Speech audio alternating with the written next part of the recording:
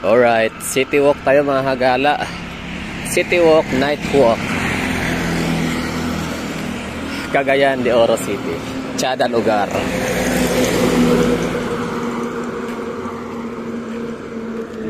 Tanong ko lang sana sa mga taga CDO, ilang kph po ba yung ano dito?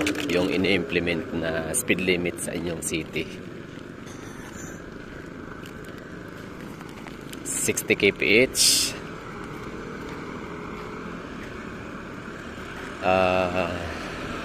30 kph, 40 kph.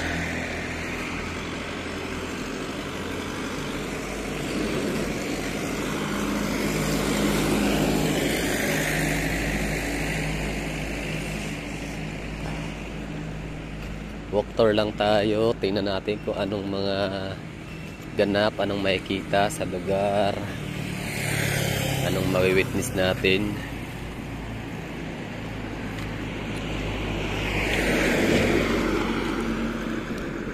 Napansin ko pala dito parang hindi bawal yung yung pagmumotor ng walang helmet. Yun know? Ang galing. Sana all wala hindi stricto.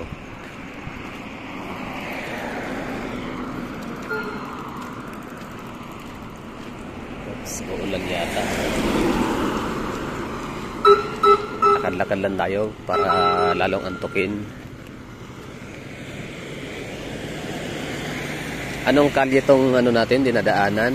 Lapasan, Cagayan de Oro, Lapasan, DTI.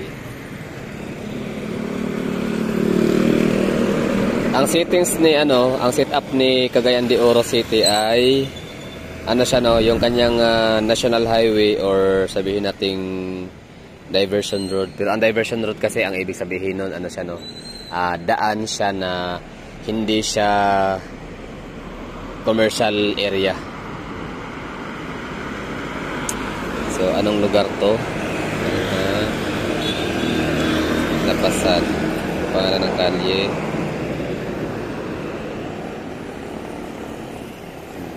So ito yung parang sa atin sa Davao, parang diversion road, no?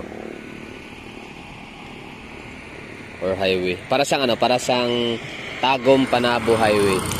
National Highway. Yan ang National Highway pinaka right term na magagamit natin. Kasi ang bilis ng takbo ng masasakyan dito. Yan dilaw. Yun, sabi ko na National Highway, kaya pala ang bibilis ng mga takbo dito. Cagayan de Oro National Highway. Cagayan de Oro National Highway. So ibig sabihin siya ng passage or thoroughfare siya ng passage siya ng mga neighboring cities and municipalities na nakapaligid kay CDO. Ito na ba yung downtown area mga hagala, mga taga CDO? Ito na yun, no? Downtown area na to. So, since National Highway to dito, tanong ko lang sana kung ilan kaya ang speed limit dito sa lugar sa National Highway. Kasi sa pagkakaalam ko, 80 yan 80 kph. Yun yung mga tinatanong ko lagi ng mga driver and conductor na biyahe nila. National Highway, no? Yung takbong mga Tagum, Panabo, Agusan, Surigao. Sayang, uulan, di ako nakapagdala ng payong. City walk tayo dito. Madaling araw, alas 3 na, alas 3:05. So, aktibo dito yung mga habal-habal, tsaka yung tawag dyan, yung mga ongbak, bukyo. Ayun, pure gold. So, ito na siguro yung downtown area talaga siguro, no? Kasi sa mapa, malapit na yung Agora Public Terminal Transport.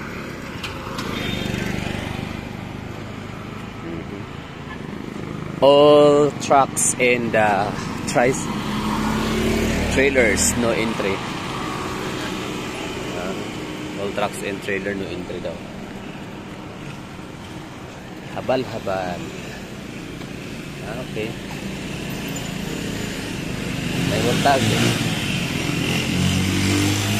Habal-habal.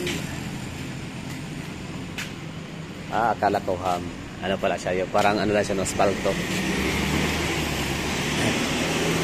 Endpoint ng ano, ng spalt. Kaya kapag yan o, galing. Kaya pala tumatalbog.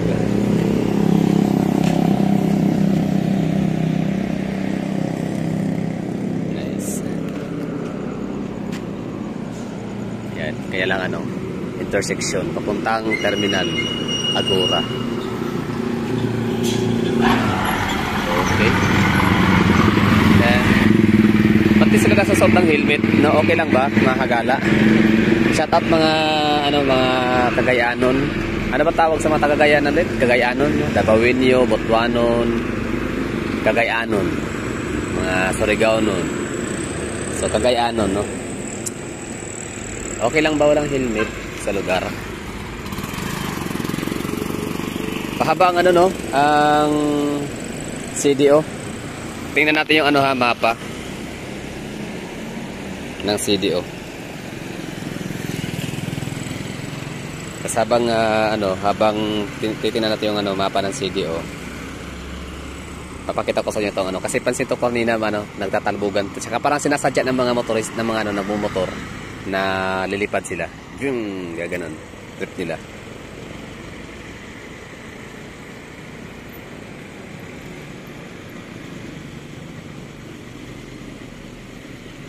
So 24/7 tong gumagana ang kanilang street light dito sa lugar kasi ano siya, no, intersection. Papasok at palabas mula sa terminal. Tapos may port dyan sa unahan, nakita natin sa mapa. Kaya yan, marami din mga fish cars. Yan o, tinan mo o, yan, ano yun. Bato lang helmet, mga ano, ang gaganda pa naman o. Baka ano, para makita yung hitsura lang mga ano, mga ganda. Tawag nito, anong ulit yung search natin? Cagayan de Oro City map. Yun, no? So, dito tayo galing kanina. Yan, yung kulay dilaw. Yan, dito tayo galing sa Butuan City. Ayan ha, sa mga, ano dyan, galing akong, ano, Butuan City. Yan, yung kulay pula, yan, no? Butuan City, tapos dumaan sa Lisipi, Pagsaysay, Hingoog. Malapit lang naman actually ang ano, Butuan City to CDO sa distansya, 'di ba? Kung distance. Oops, yan, talbog. Galing. Ito nila, no? So, tawag nito, malapit lang naman, oh, yung distance ng CDO tsaka ng Butuan. Ang ano nga lang, ang daanan nga lang ay pa curve, you know. So dito tayo ngayon, may pula yan, CDO. Tapos dinaanan natin to kanina. Napansin ko to kasi sumigaw yung driver, ay conductor na, oh, Fort, ano yan, Fuerte. May dadaan ba dyan? Ay may bababa, Fuerte. Yun, yun. May bababa ba dyan, Fuerte? O yan, oh, yan, walang helmet. No, hindi ako salit. Oh, yun. Lasing. Lasing si kuya. Mahuhulog na eh. Galing. Yan, uwian na kasi ng mga lasing ngayon, no? Ito ay alas 3 na kasi. Alas 3:05. Alas 3:10 pala. So, dito tayo ngayon nakatayo sa may intersection. Yan, oh. Yan yung mapa ng CDO. Para siyang letter L. Naka-eskwala ang hugis. Hindi lang. Yan o, yan naka-eskwala. So napalagiran si ano, si CDO ng Libuna, Baungon, Opol, El Salvador City, tsaka Taguluan, tsaka Manolo Fortich.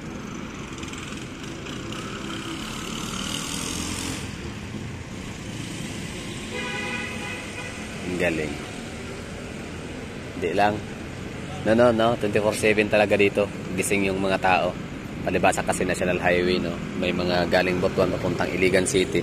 Kasi ito, mga madadaanan El Salvador City, nakapaligiran. Kaya talaga itong CDO ay napaka-effective nitong maging metropolitan city. Kasi meron siyang mga supporting cities. Taguluan, Manolo Fortich. Although di ko alam kung itong Taguluan ay kung ito ba ay syudad. At saka ang Manolo Fortich para hindi rin, no. As far as I know, hindi siya syudad. Pero since na may mga mga neighboring municipalities na marami, sige lang. So napaka-effective ng tawag nito. Napaka-effective nito maging metropolitan kasi daanan talaga siya gitna, center si CDO. Tsaka ba't kaya ganito yung kanyang hugis, no? Paliter L.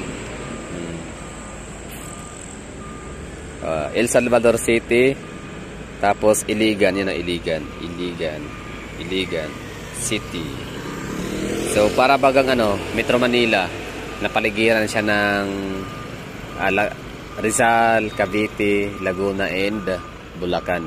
Same with Cebu, napaligiran din ng Mandawi, Liloan, Mactan Island, yun, Cordova, Lapu-Lapu and Talisay, tsaka yun, Minglanilla, Naga, no? So napaka-effective talaga na maging metropolitan. Si Davao City, walang supporting cities, no? Oo. Walang supporting cities, so kumbaga parang sabihin na natin na kayang mabuhay, no?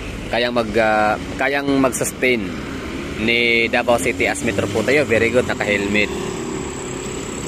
So kayang mag-sustain ni Davao City na metropolitan. Kaya niyang pangagampanan or pangatawanan niya kanyang pagiging metropolis city kahit wala siyang supporting neighboring cities like kagaya nung sa Cebu, itong CDO tsaka sa NCR. Kasi si Digo City ay malayo, no? Dadaan pa ng Santa Cruz. Basta malalayo yung distansya. Si Panabo City, di naman talaga sila nagpupunta sa Davao para mamalengke. Hindi sila napupunta sa Davao para mag-grocery or mag-shopping. In fact, yung mga taga Davao po yung pupunta ng tawag nito. Mga taga Davao po yung pupunta ng Panabo para mamalengke. Yung mga taga Lasang para mag-shopping. Ito yung highway dito, no? Lakad lang tayo dito. Tingnan natin anong mga ganap. Ito na yan, downtown area na to. Kasi tanaw na natin tong SM. Ito ba yung SM ba to?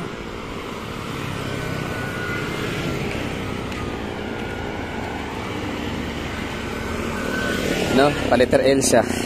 Napaligiran siya ng napakadaming mga municipalities. Kaya itong daan na to, itong National Highway, mabilis ang panakbo, maraming mga sasakyan.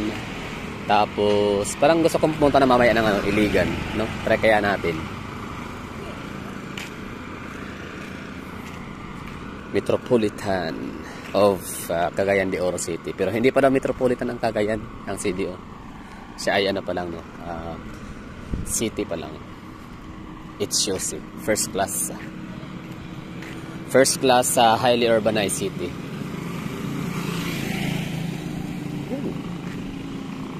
Taxi. Shikis. So si Limkit kay lapit lang dito.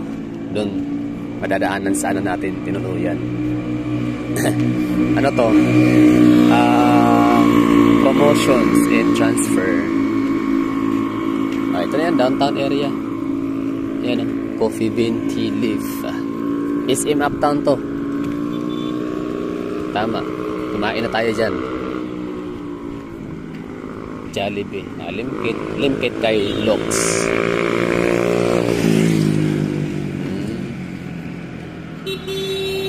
Tingnan natin sa mapa kung anong meron dito na mga gusali. Uy.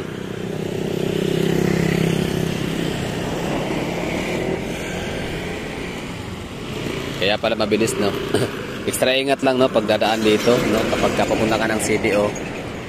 Itong National Highway mabilis ang panakbo kasi siya, National Highway. Panigurado. Mga national road, no? Pag sinabing national road, mabilis ang takbo niyan kasi may mga biyaheng malalayo, long distance.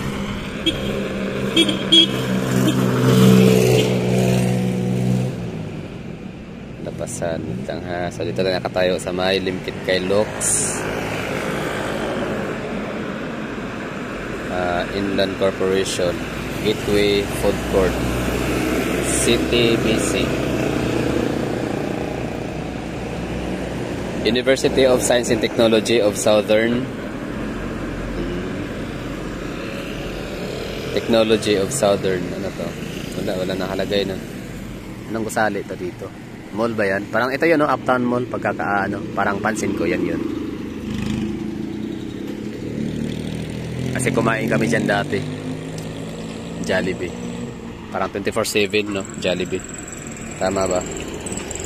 And PhilHealth Office. Ayun, SM na yan. Nakalagay. SM Downtown Premier. Okay, malapit lang. So, pwede pala tayo mag-whole day bukas. Mag-tour. Magagala, no? So, puntahan natin yung kailang Divisoria, Little Divisoria, mga ganun.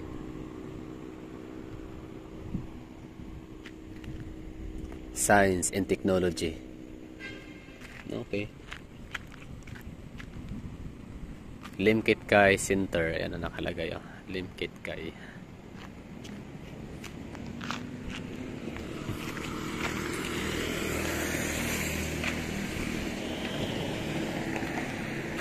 Ano, parang nakakatakot tumawid, no? Lakas tutulin ng mga sasakyan na manakbo. Eh kaya pala kasi ano, National Road, National Highway. Walang helmet, no? Sa bagay, pag sumimplang sila din yung ano, madidisgrasya. Kung meron mang ipapatupad dito, kung ano lang ha, speed limit, pero wala naman siguro ano din, sino ba naman kasi ang tanga din na katawid-tawid, no? Ako lang yata na gantong oras. Pero siguro kapag kaaraw, no, baka reduce yung ano, minimize yung speed. Ano sa tingin nyo? Baka pag gantong oras lang, parang sa Davao lang din, no? Mga nagsisilabasan din mga pasaway kapag madaling araw, tsaka gabi, palibasa kasi walang nanguhuli, no? Walang mga city team o walang mga enforcer, kaya ayun, patakbo kung walang bukas, no?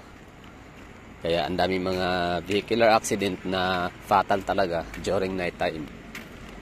Kasi nga, toll lane ng takbo. Pero ito kasi understandable tong lugar. Kasi National Highway. National Road.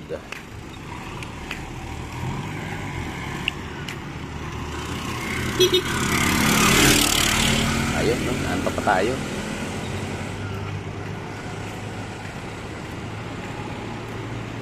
Daming taxi. Marami taxi sa CDO ngayon na MPV. MPV, di ba tawag sa yung Toyota Innova.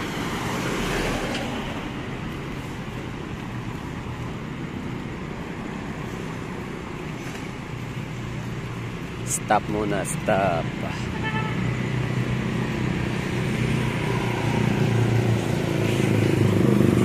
Turn left, stop. Right, go.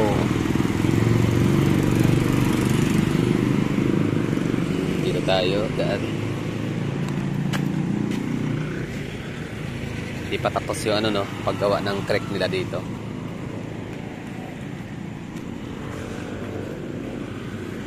Good morning and good night. Start of the starlight. Jarami all night. Ang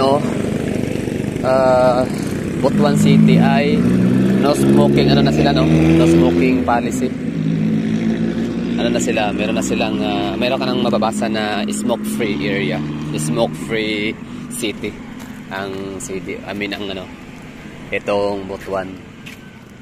So dito sa CDO pansin ko na mayroon pa silang may mga naglalakad na habang nagyoyosi. Tapos mga nagmumotor na nagyoyosi din. National Highway. Ang galing. Grabe, nung una wala akong ka-idea talaga sa lugar. Itong CDO. Lawak ng CDO. Dapat din. Letter L pala, hindi pala palapad. Letter L, pahaba. Sige lang, no, pag matulog tayo ngayon, tapos paano mang oras tayo magising. Paano man ay tayo oras magising mamaya. Wala na, sarado na. Kanina pagkababa ko nung bus, dito kasi yung babaan kanina, bus stop. Ano yan, may mga pakulay-kulay, pailaw-ilaw yung mga tindahan. Ayun, wala na. So, nag-uwi, natutulog na yung mga chicks. Ayan, meron silang bukas dito na bulalo. Kusina ni Maming, House of Bulalo, Kambingan. 24 hours talaga, no? Good yan para sa mga lasing, hangover, no? Para makapaghigop ng sabaw, para mahimas-masan. Yan lang. Balik na tayo sa ating base camp. Paumaga na, no? Baka maabot na pati ng sikat ng araw dito. Maganda, matulog na tayo.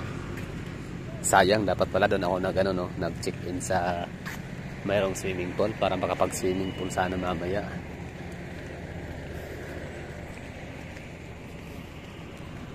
Metropolitan, Billionaire City. Basahin nga natin ha, sa mga walang ideya tungkol sa CDO.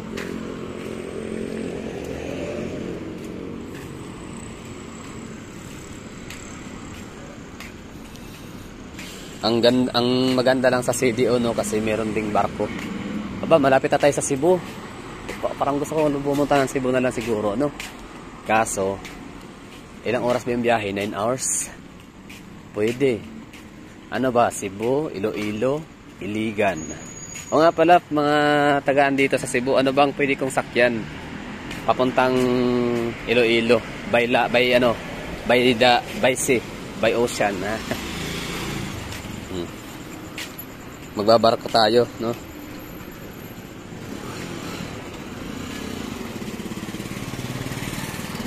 Uy, nakamiss sa Cebu, no? Nakamiss. Gusto kong makabalik ko ng Cebu. Tapos ang i-explore ko yung northern part of Cebu na naman. Kasi tapos ako Oslob. Tapos ako Amolbal. Magkarkar. Nakapunta na tayo ng Barili. Cordova. Barili. Ano pa yun? Yung napuntahan natin. CDO.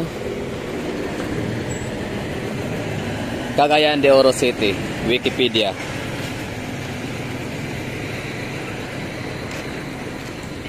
Wala. Ay, maps pala to.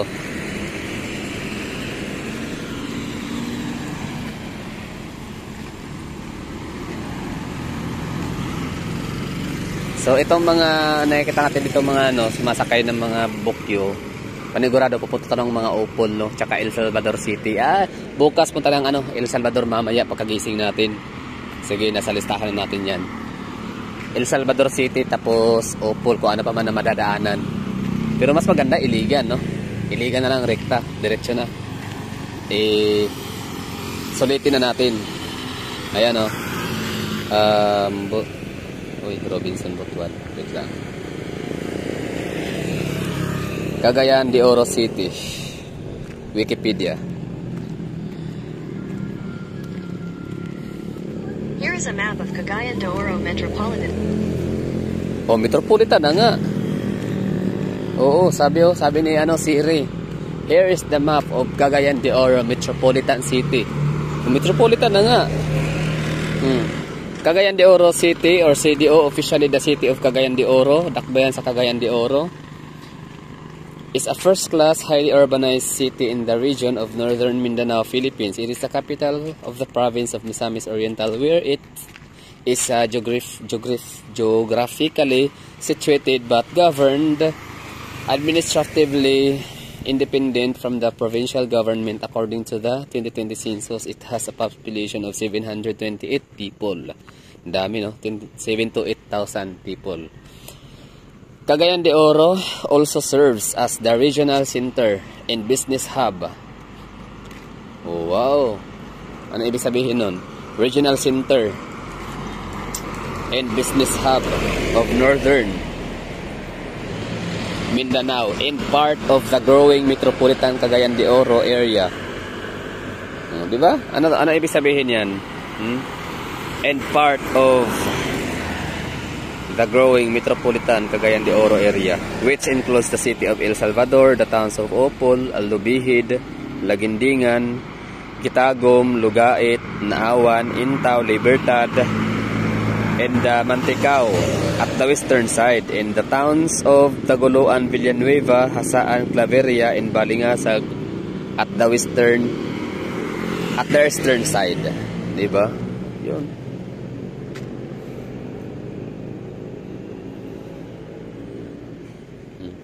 Billion, no? Billionaire city. Basta ang ano kasi nakasulat doon sa yung sa issue na meron kasi yung parang beauty pageant pa yun dito sa Cagayan de Oro City na ang naganap ay parang pinakanta nila. Meron silang hinire na singer. Tapos sintonado yata yung singer na kinuha. Tapos parang may isang counselor na nagreklamo or nagrarant parang gano'n. Na bakit yun ang billionaire city tayo tapos ganun yung natin na kinuhang singer para magharana, mag-serenade sa ating mga kandidata. So parang Cagayan de Oro City deserve ng mag-hire, deserve ng mas talented na singer. Parang ganun kasi billionaire city. Yan, billionaire city nga talaga ang CDO kasi metropolitan, growing metropolitan of Cagayan de Oro City. Yun lang, naglakad tayo dito. Walk tour, city night, city walk, or night walk, gano'n, no?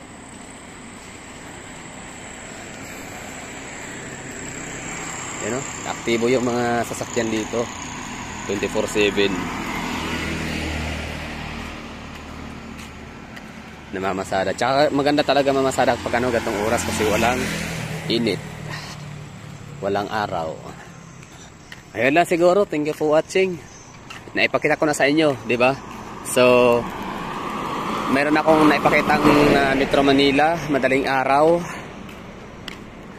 Meron na tayong ang Angeles City. Hindi ko talaga ma-turn on yung hindi ko ma-open yung aking Angeles, Mabalacat, Pampanga kasi siya, restriction, masisira yung monetization natin, mahagala. Ang ganda pa naman ng view sa sa Angeles City. Yung mga yung sa kanilang walking street yun. Kaso bawal mga chicks kasi, mga beer house. Ang sexy. Kaya sorry, di nyo makita. Dito lang sa aking sa aking sa nakatago lang, no. Tapos pa ba?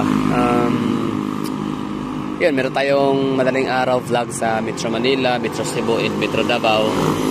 So ngayon naman ay Metro CDO.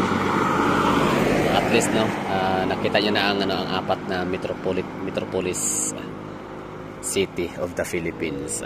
Clean na natin yan kung hindi pa man talaga metropolitan declared ang Cebu City, ang CDO. Clean na natin yan, papasaan pa ba to? Ito na, ganda ng location. Perfect yung kanyang situated siya sa perfect location talaga. West and east, meron siya mga supporting cities and municipalities. Bye bye.